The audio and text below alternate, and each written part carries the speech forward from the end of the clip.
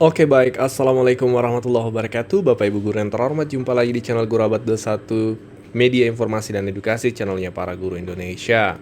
Nah, saat ini di kalangan guru Bapak Ibu ramai disebut-sebut tentang sekolah rakyat dan sekolah Garuda.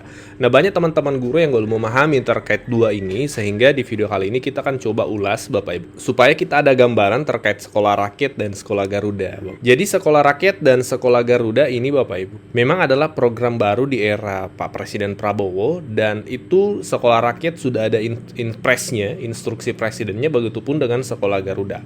Kalau sekolah rakyat itu sudah ada instruksi presidennya melalui instruksi presiden nomor 8 tahun 2025 tentang optimalisasi pelaksanaan pengentasan kemiskinan dan penghapusan kemiskinan ekstrim. Nah, di sini memuat tentang sekolah rakyat. Sementara untuk sekolah unggul Garuda itu juga ada regulasinya melalui Instruksi Presiden Republik Indonesia nomor 7 tahun 2025 tentang percepatan pelaksanaan program pembangunan dan revitalisasi satuan pendidikan anak usia dini, pendidikan dasar dan pendidikan menengah, kemudian pembangunan dan pengelolaan sekolah menengah atas unggul Garuda. Nah, jadi regulasinya di sini. Jadi sekolah rakyat dan sekolah unggul Garuda ini bukan lagi sifatnya wacana Bapak Ibu, bukan lagi sifatnya sebatas program, tapi memang sudah ada regulasi yang mengatur Bapak Ibu. Jadi ini valid dan resmi.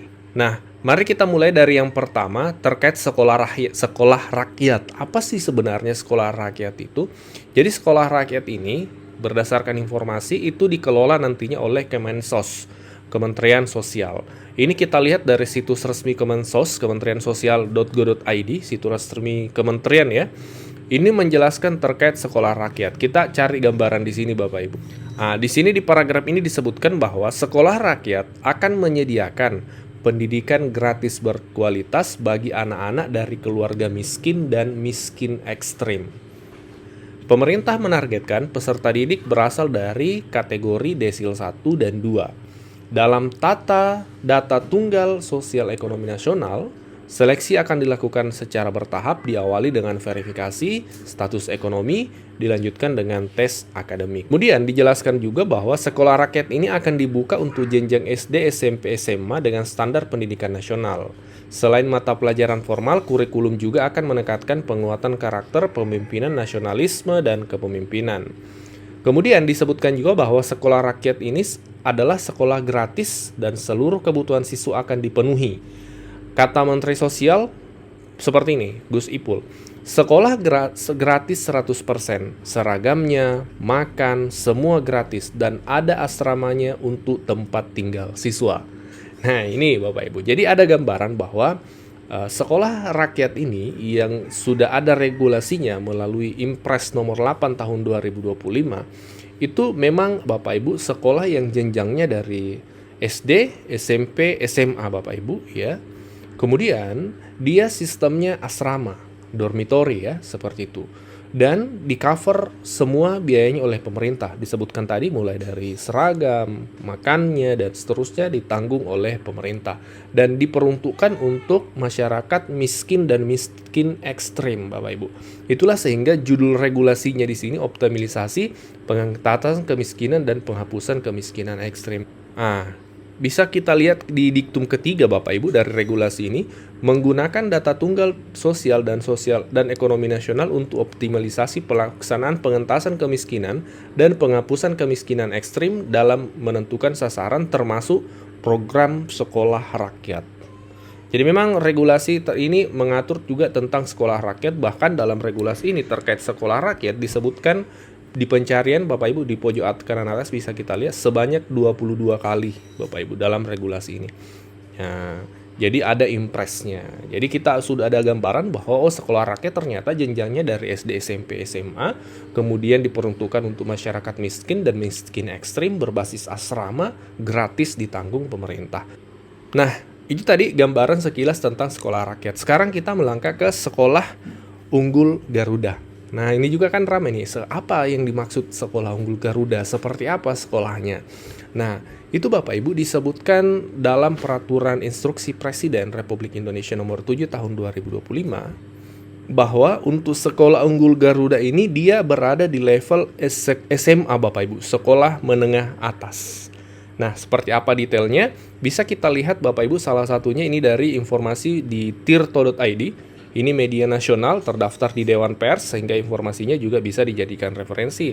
Menjelaskan tentang apa itu Sekolah Garuda. Sekolah Garuda itu adalah sekolah unggulan tingkat SMA yang diperuntukkan bagi siswa pintar dan unggulan. Nah, ini bisa kita lihat. Diperuntukkan bagi siswa pintar dan unggulan. Nah, nantinya lulusan siswa Garuda digadang-gadang akan diarahkan untuk melanjutkan ke perguruan tinggi kelas dunia. Wah, keren ya Bapak Ibu. Jadi dia di level SMA. Kita lanjut nih. SMA Garuda akan menerapkan sistem asrama dan menyediakan beasiswa penuh yang ditanggung pemerintah. Adapun kurikulum yang diterapkan di SMA Garuda merupakan gabungan kurikulum internasional dan juga nasional. Nah, kurikulumnya ini kata Pak Menteri Satrio sebelum diganti ya.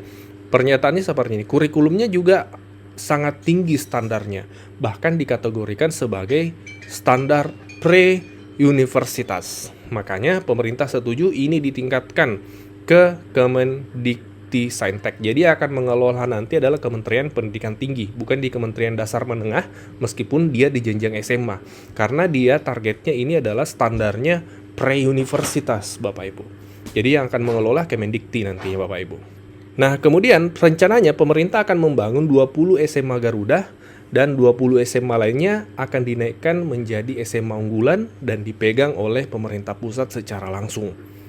Bahkan Wakil Menteri Ibu Stella menyatakan bahwa SMA unggulan Garuda nantinya tidak hanya memiliki guru lokal tapi juga mendatangkan guru asing dari luar negeri.